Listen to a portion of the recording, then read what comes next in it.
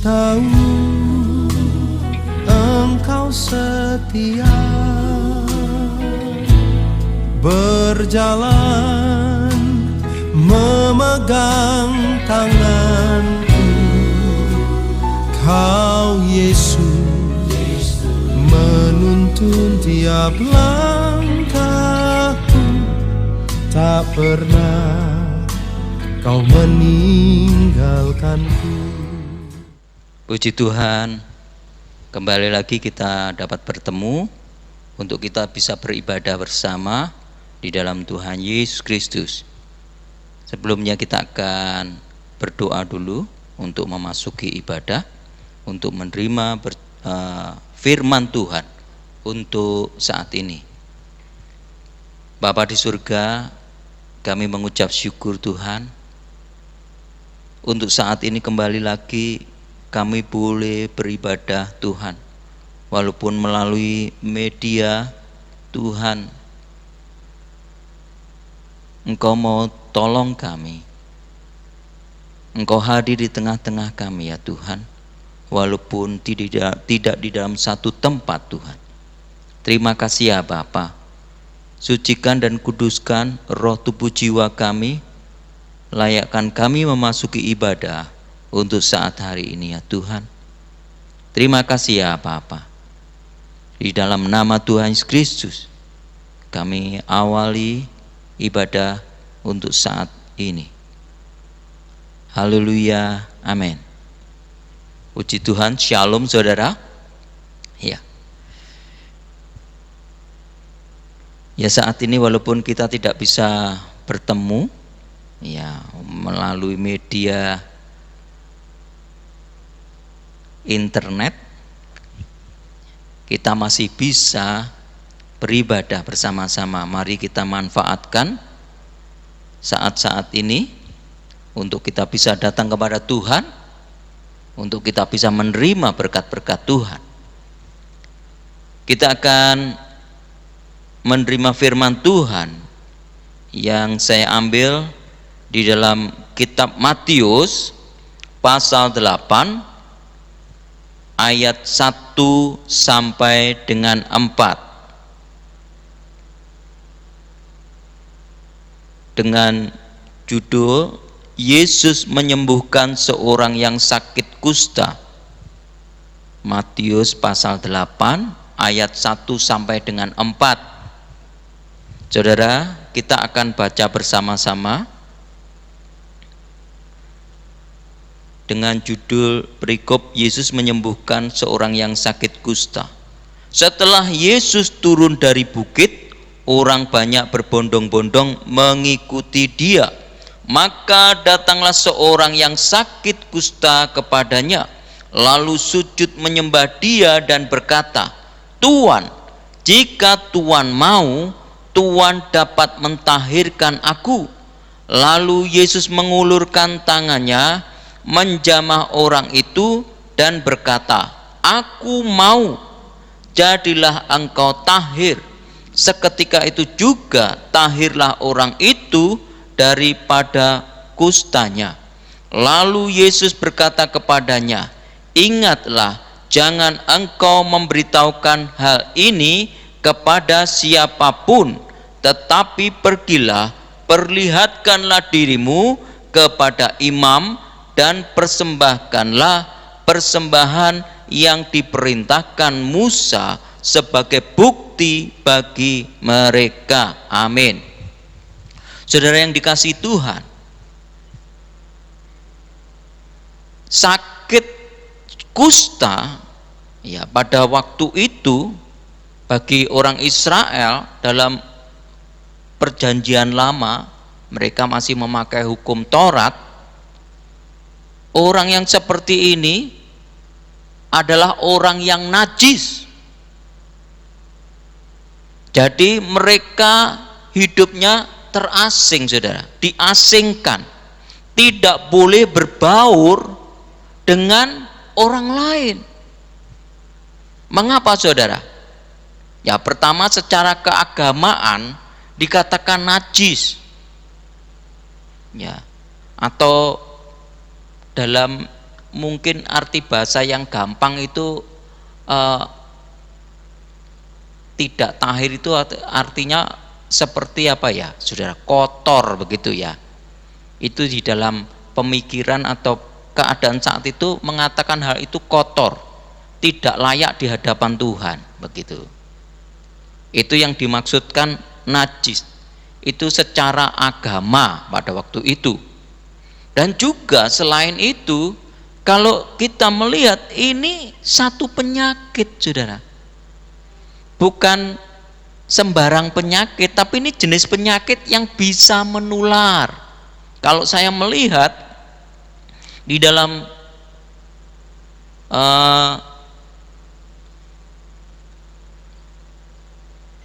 satu apa ya, itu seperti catatan begitu di dalam kedokteran, ini disebabkan oleh bakteri, saudara. Dan itu bisa menular. Katakan orang baru kelihatan tahu itu sekitar dikatakan 2 sampai 5 tahun atau sampai 20 tahun. Itu nanti baru terlihat dari penyakitnya itu. Kalau sebelum itu belum terlihat, walaupun orang itu sudah terkena penyakit tadi, penyakit kusta, tetapi belum nampak, saudara. Itu baru nampak 2, 5 sampai 10 tahun, itu baru nanti tanda-tanda kusta itu baru keluar, saudara. Ya. Alasan dua hal ini yang menyebabkan mereka harus diasingkan. Dan ini, saudara, menjadi satu penderitaan seumur hidup. Bagaimana tidak? Karena apa? Pada zaman itu tidak ada obat yang bisa menyembuhkan yang namanya sakit kusta. Kalau zaman modern sekarang sudah ada, tapi zaman dulu tidak ada obat yang untuk menyembuhkan hal ini. Dan satu hal yang tepat, dari imannya orang ini datang kepada Tuhan. Saya katakan dengan imannya. Bagaimana? Karena dia datang kepada Tuhan. Seandainya dia ragu, saya pikir dia tidak akan datang kepada Tuhan. Tetapi karena imannya, orang ini datang kepada Tuhan. Dan dia mengatakan, Tuhan, jika Tuhan mau, Tuhan dapat mentahirkan aku. Dan Tuhan menjawab, mengulurkan tangannya, aku mau, jadilah engkau tahir. Dan seketika itu juga tahirlah orang itu dari segala kustanya, dari segala sakitnya itu dia tahir. Dikatakan mungkin dengan kata lain bersih. Dia layak secara keagamaan, dia layak diterima kembali. Dia dapat bergabung dengan orang banyak yang dulunya tidak bisa dia lakukan hal itu. Ini adalah satu gambaran bagaimana tentang penyakit kusta yang menghinggapi seseorang. Ya. Saudara, orang Israel mengatakan ini najis ini. Tetapi saudara, najis yang sebenarnya bukan najis yang seperti kita baca saat ini. Itu hanya berkenaan dengan tubuh. Tubuh paling sakit, tubuh paling banter apa, saudara? Mati ya. Tetapi ada hal yang lain yang bisa menajiskan hidup seseorang itu, efeknya, akibatnya lebih berat daripada yang dikatakan sakit di sini. Sakit kusta ini. Bagaimana dikatakan firman Tuhan? Tuhan Yesus memaparkan ada hal lain yang membuat hidup seseorang itu najis. Di dalam Matius 15 ayat 18 sampai 19 saya bacakan. Tuhan mengatakan demikian, tetapi Apa yang keluar dari mulut berasal dari hati, dan itulah yang menajiskan orang. Karena dari hati timbul segala pikiran jahat, pembunuhan, perzinahan, percabulan, pencurian, sumpah palsu, dan hujat. Tuhan menyatakan yang najis itu sebenarnya adalah hal-hal seperti ini. Ini yang bisa menajiskan tubuh, dan akibatnya saudara tahu apa yang menajiskan tubuh itu membuat seluruh kehidupan orang itu binasa. Karena apa? Dikatakan dengan kata lain, ini adalah dosa ya, yang membuat najis walaupun tidak kelihatan di dalam secara jasmani, tetapi di dalam rohani ini yang justru lebih mematikan, karena ini dosa ya. Kalau jasmani, orang mungkin bisa sakit jasmaninya, sakit kusta, tapi kalau rohaninya, kehidupannya tidak najis di hadapan Allah, dia paling mati, tetap dia diterima Tuhan, masuk surga. Tetapi kalau tubuhnya sehat, tapi hidupnya ini dinajiskan oleh hal-hal seperti ini, dosa, kemanakah orang itu? Dia akan binasa selamanya, benar-benar binasa. Itulah kenajisan yang dikatakan dalam firman Tuhan, kenajisan yang benar-benar membinasakan, kenajisan yang benar-benar menajiskan kehidupan seseorang, yang menajiskan tubuh ini atau menajiskan rumah Tuhan itu. Nah, oleh sebab itu saudara, melalui firman Tuhan malam hari ini, Tuhan mau sebagai orang percaya kita ini ditahirkan.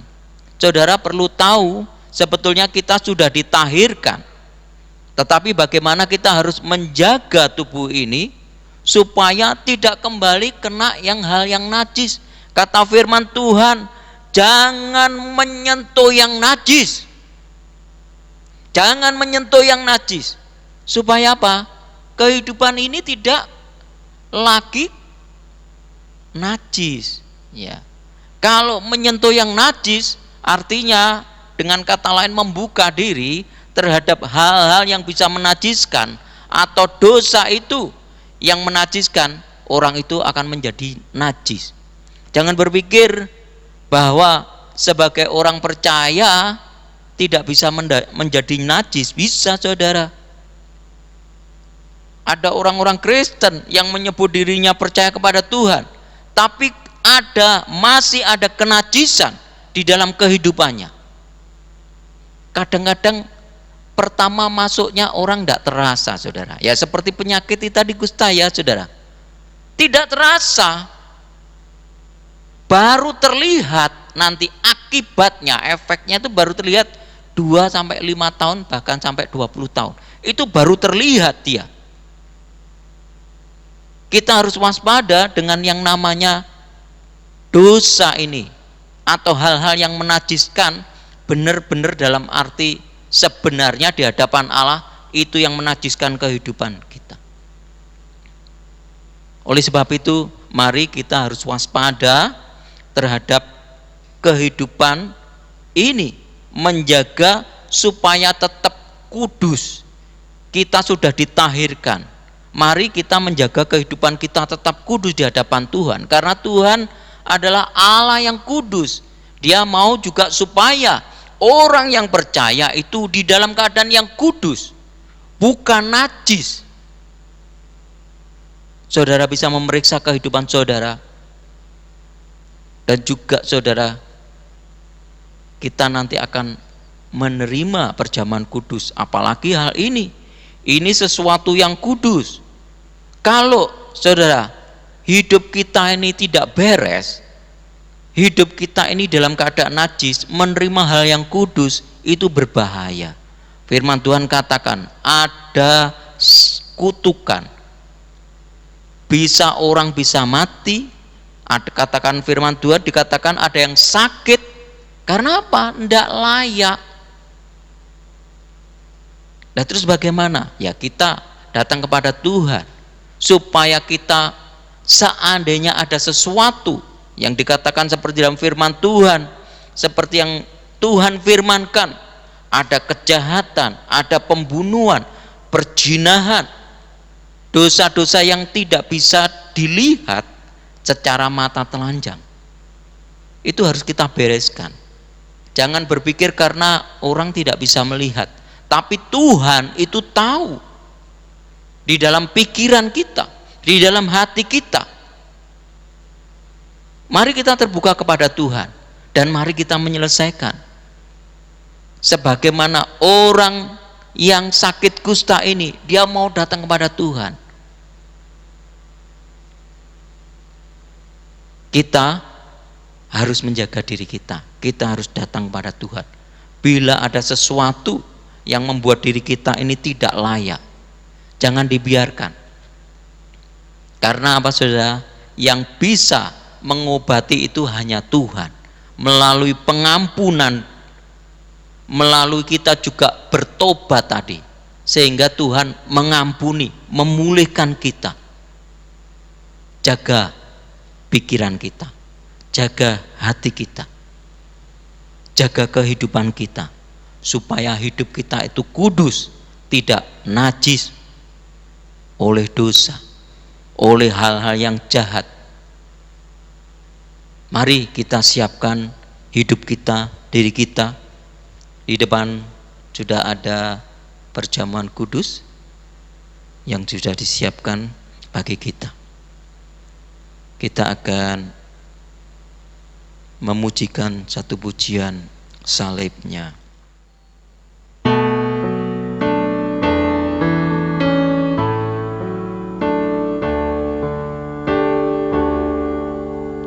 Salibnya, salibnya selama mulia, dosaku disucikan oleh darah Yesus.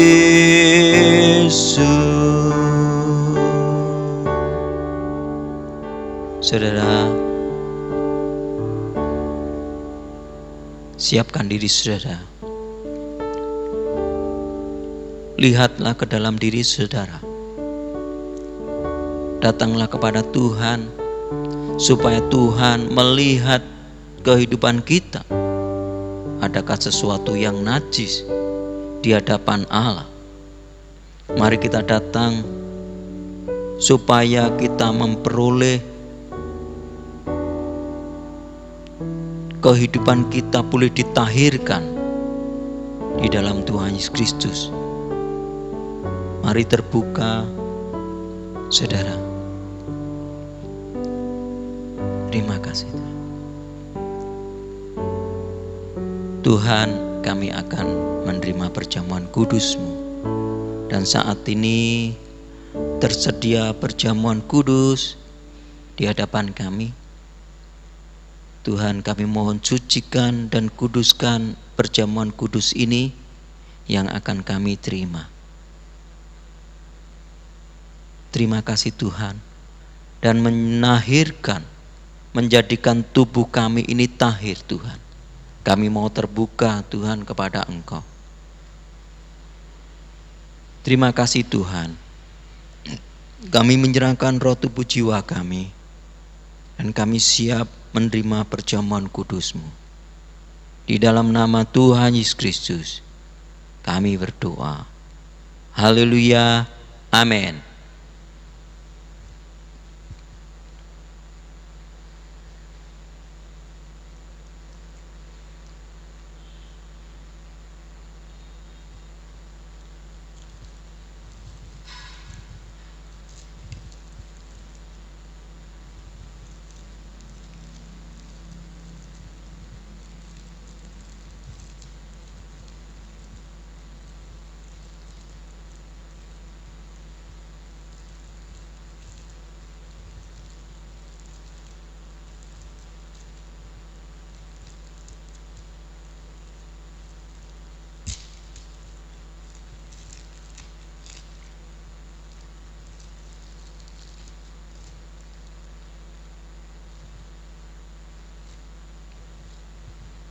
Saudara, kita akan menerima perjamuan kudus, dan kalau sudah saudara dapatkan, saudara boleh berdiri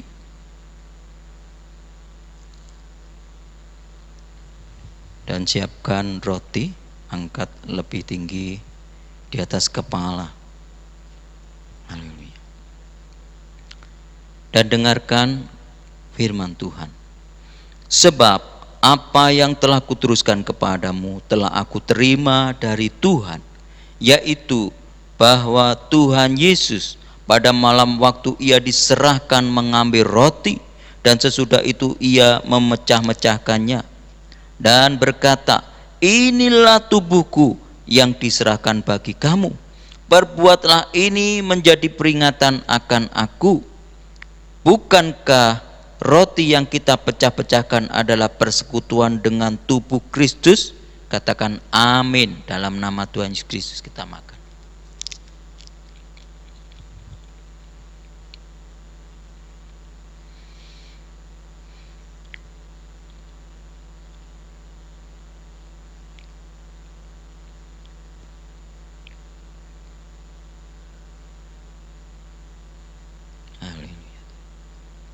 Terima kasih Tuhan.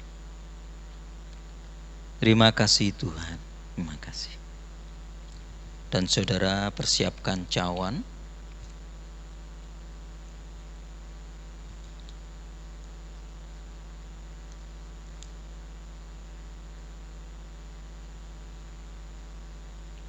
Angkat cawan lebih tinggi dari kepala, dan kemudian dengarkan firman Tuhan.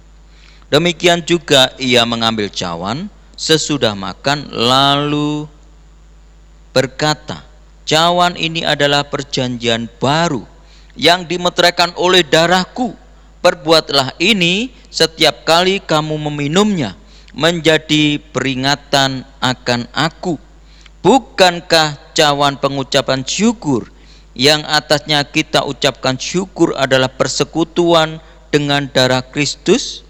Amin. Minum dengan iman dalam nama Tuhan Yesus Kristus.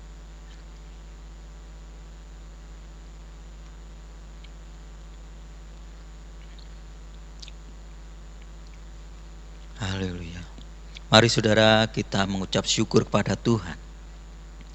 Terima kasih ya Bapa untuk berkat-Mu, firman Tuhan yang telah ditaburkan ke dalam kehidupan kami.